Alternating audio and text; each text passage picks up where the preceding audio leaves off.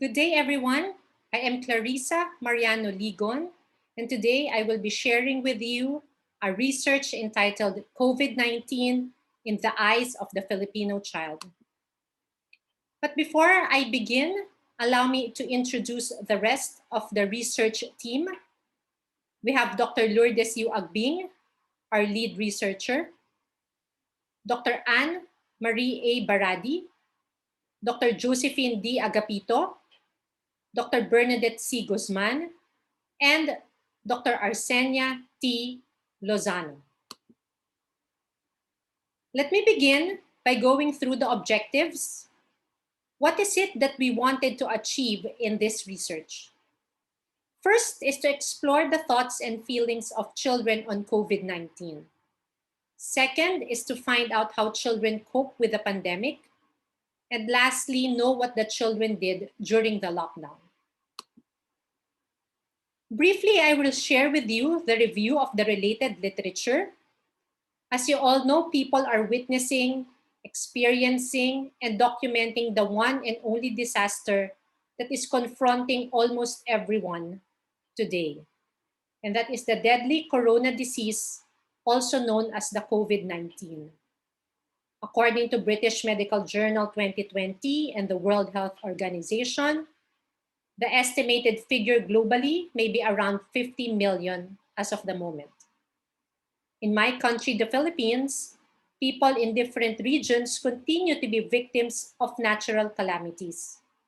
However, the COVID-19 is a tragic disaster that is not only new, but also something wherein people are very much unprepared to confront with. Now, let's look into the studies conducted on coronavirus and children. Mostly are focused on health concerns and particularly in the infant stage. There were some online articles on the issues which are somewhat related to the study. An example is the multinational, multi-center cohort study on COVID-19 and children, which focus on service planning and allocation of resources. Children's health condition, 18 years and younger, were also discussed since they are the benefactors of the services.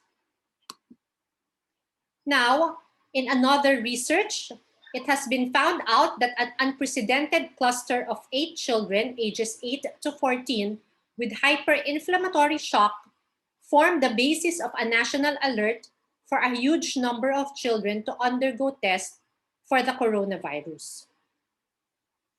Another research reported that COVID-19 disease in children is usually mild. Fatalities are rare, but the children that are not adversely affected by COVID-19 as adults did not also mention the possible negative effects of the virus on children's mental health, emotional, psychological, and also the consequences in their later childhood life.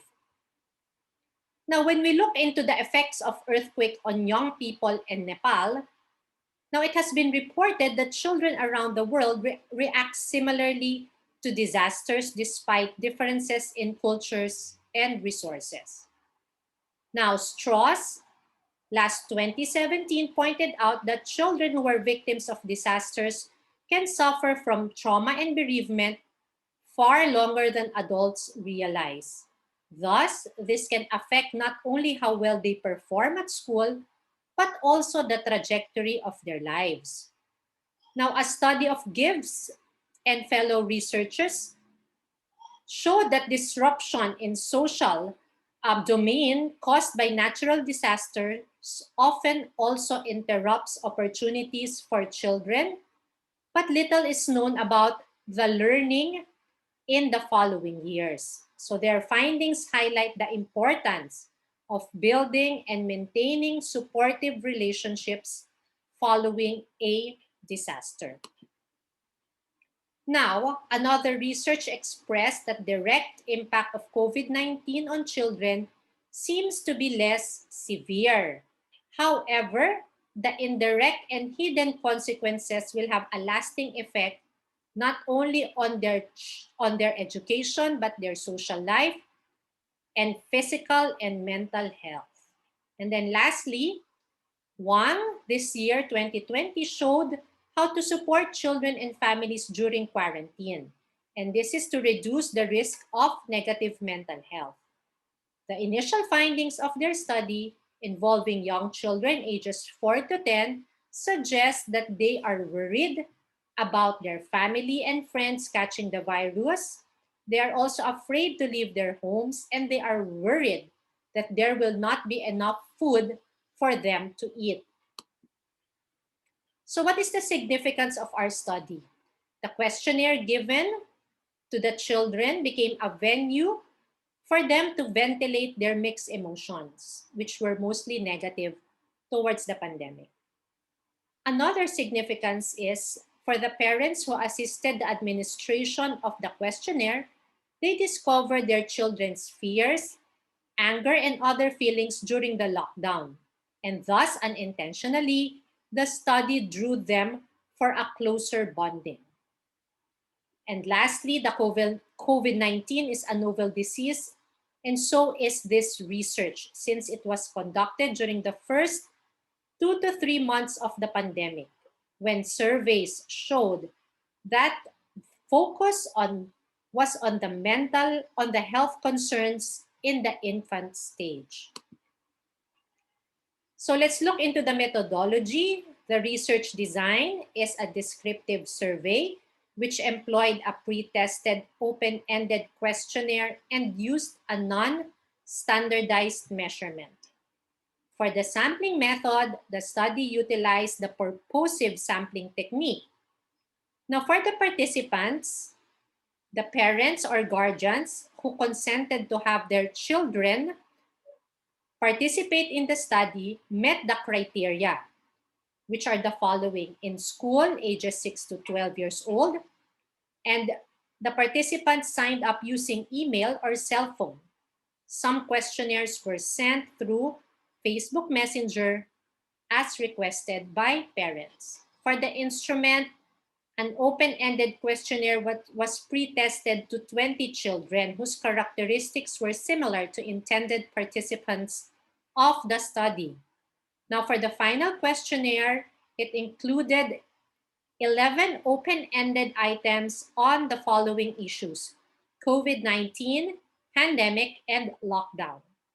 And for the sampling method, the data gathering method was through the aforesaid media. The questionnaire with a letter to the parent or guardian explained the purpose of the study and asked consent for their child's participation.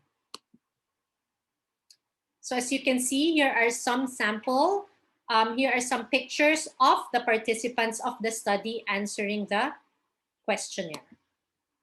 Now, for the results of the study, let's start with the analysis of data.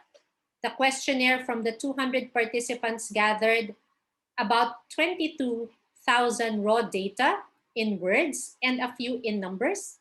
These words were the participants' expressions or descriptions of their knowledge, thoughts, and feelings about the issues: COVID-19, pandemic, and lockdown. In addition, the data analyzed involved how they handled or managed themselves during the lockdown, the activities they did and missed, or wished to do more with their family. Let's move on to the categorization and coding of responses. The expressions of participants on the issues were categorized according to the similarity of concepts. Then coding was used based on the main concepts found. A cluster of codes for a particular concept were found to be interrelated, and they were compared between and within cases. Terms which appeared almost the same in concept or meaning were grouped together under one theme.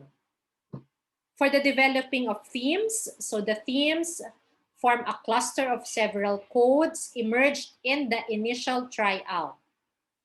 Finding the last themes, although time-consuming and quite resource-intensive, was achieved after similar or related terms coded reviewed and clustered, which were likewise repeatedly analyzed and branded.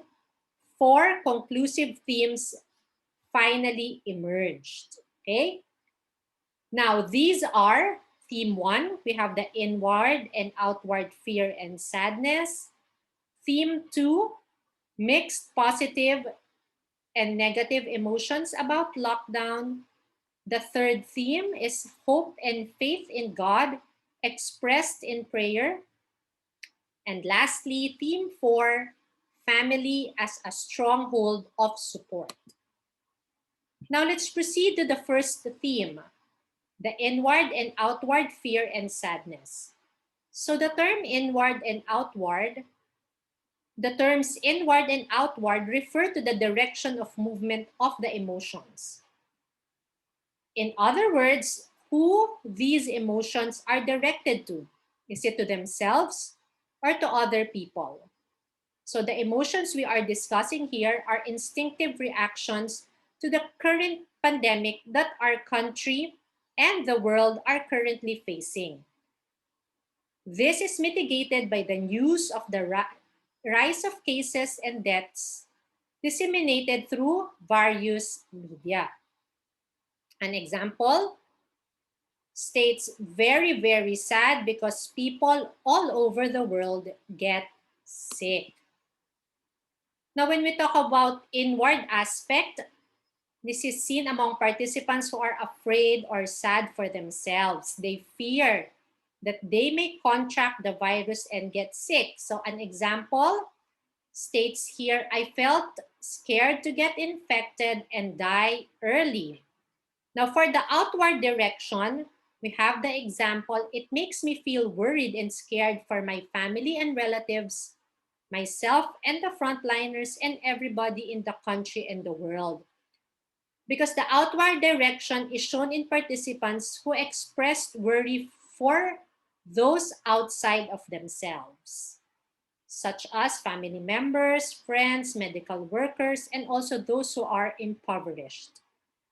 They show concern, okay, which is beyond their own safety and even beyond their family. For the second theme, we have mixed positive and negative emotions about lockdown. Okay, an example is it slows down everything. All of my outside activities stop. I am stuck in the house because of the quarantine measures. It makes me sad on that part alone. All right? So the participants who felt that lockdown was an added stressor as they were unable to do the things they once did, such as play outside with their friends, go out with their families, and go to school. So this is an example of negative emotion toward the lockdown. Now for the positive, okay, children or some participants regard it as a blessing in disguise because they viewed the lockdown as respite from school and also an increased opportunity for play at home and time with family. A participant said, but it's really relaxing because we don't have to go to school. And not being allowed to go to places means we can stay home more. The theme 3 is all about hope and faith in God expressed in prayer.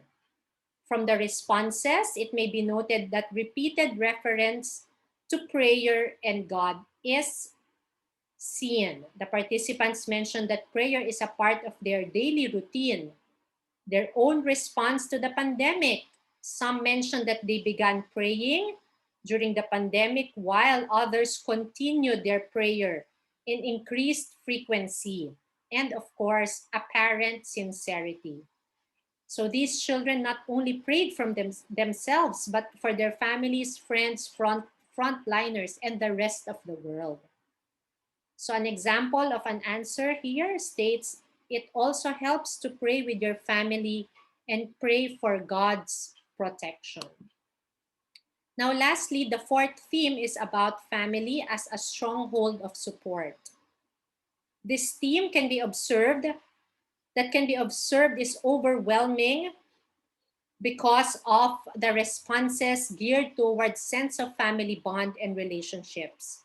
Being quarantined for months, which may continue, of course, indefinitely, and the prohibition of senior citizens and younger children to go outside their homes have been a difficult experience for the children, as we can see and discussed in the first theme.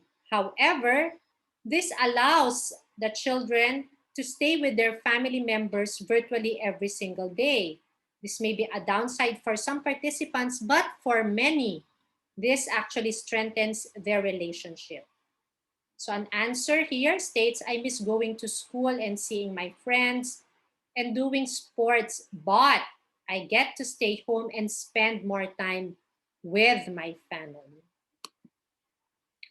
For the conclusions and recommendations, we have objectives were achieved because participants expressed their thoughts and emotions, which were most likely hurting, unkind, and unfriendly. They also employed self-enhanced mechanisms to cope with the pandemic and engage in various activities alone or with their family. Positive perspectives on forging relationships with others were also noted. Knowledge was gained because the participants seemed to have gained the knowledge on COVID-19, pandemic, lockdown, and quarantine. Because they were confronted with the lockdown, participants kept themselves busy with different activities, and these somehow helped them with their fears, boredom, sadness, anger, and other negative emotions. And lastly, family ties were strengthened. Okay, the strengthening of family ties and relations appeared as the consoling and positive consequence of the lockdown. The children expressed good and wonderful remarks for their family, making the family their holding power, which probably helped manage their thoughts and feelings and also withstood the unpleasant circumstances and bore the challenges which confronted their young life. And lastly, as I end, we have 3 recommendations. These are suggestions for future research. Firstly is to develop strategies to assist children at the time of or during a critical period or a disastrous event such as the pandemic that we have right now. Second, participants may be revisited after a year or two. And lastly, to determine the long-term effects of the lockdown on the life of the young children, specifically on their mental and emotional state. And that's it for our research entitled COVID-19 in the Eyes of a Filipino Child. Maraming salamat po.